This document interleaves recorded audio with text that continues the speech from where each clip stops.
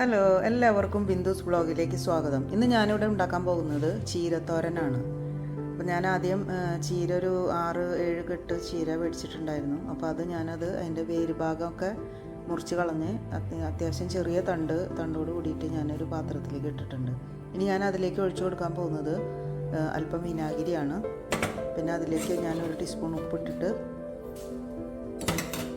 അല്പം മഞ്ഞൾപ്പൊടി ഇട്ട് ഞാനതൊരു അരമണിക്കൂർ നേരം വെള്ളത്തിൽ ഇട്ട് വയ്ക്കാൻ പോവാണ്.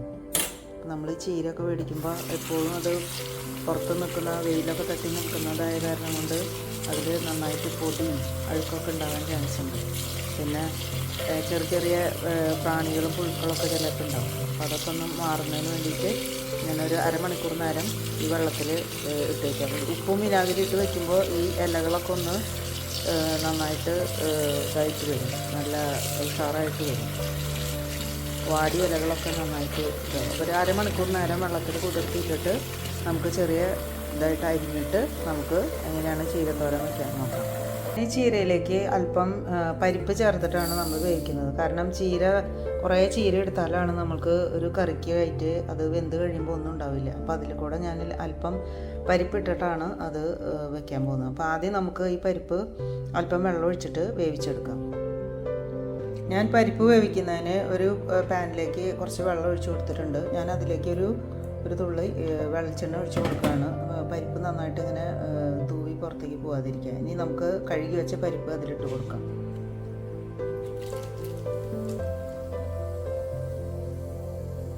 എന്നിട്ട് നന്നായിട്ട് വേവിച്ചെടുക്കാം നമുക്ക്. അപ്പോൾ നമ്മൾ ചീരയൊക്കെ നല്ല ചെറുതായിട്ട് അരിഞ്ഞ് വെച്ചിട്ടുണ്ട്. ഇനി ഞാനൊരു പാൻ അടുപ്പത്ത് വെച്ചിട്ട് വെളിച്ചെണ്ണ ചൂടാവാൻ വെച്ചിട്ടുണ്ട്. ഞാനതിലേക്ക് അല്പം കടുക് ഇട്ട് കൊടുക്കുകയാണ്.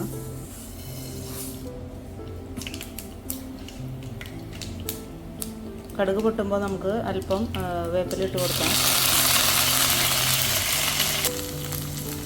അതിലേക്ക് ഞാനൊരു സവാളയും 2 വറ്റൽമുളക് ഇട്ടിട്ടുണ്ട്. ഇനി നന്നായിട്ട് ഇളക്കി യോജിപ്പിക്കാം.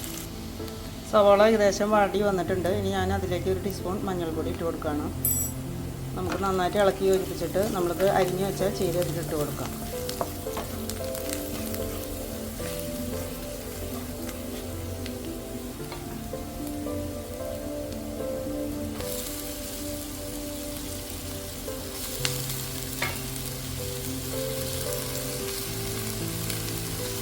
നന്നായിട്ട് ഇറക്കി നന്നായിട്ട് യോജിപ്പിക്കാം. അതിലേക്ക് അല്പം ഉപ്പിട്ട് കൊടുത്തിട്ട് നന്നായിട്ട് ഇളക്കി യോജിപ്പിക്കാം. ഒരു 2-3 മിനിറ്റ് നമുക്കത് മൂടി വെച്ച് വേവിക്കാം.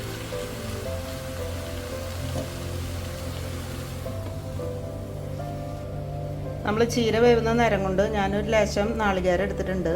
അതിലേക്ക് ഒരു 1/2 ടീസ്പൂൺ ജീരകം ഇട്ട് കൊടുത്തിട്ടുണ്ട്. അതിലേക്ക് 2-3 പച്ചമുളക് ഇട്ടിട്ട് നമുക്കതൊന്ന് ചതച്ചെടുക്കാം. നമ്മുടെ ചീര ഏകദേശം വാടി വന്നിട്ടുണ്ട്. ഞാനതിലേക്ക് വേവിച്ച് വെച്ച ആ പരിപ്പിട്ട് കൊടുക്കുകയാണ്.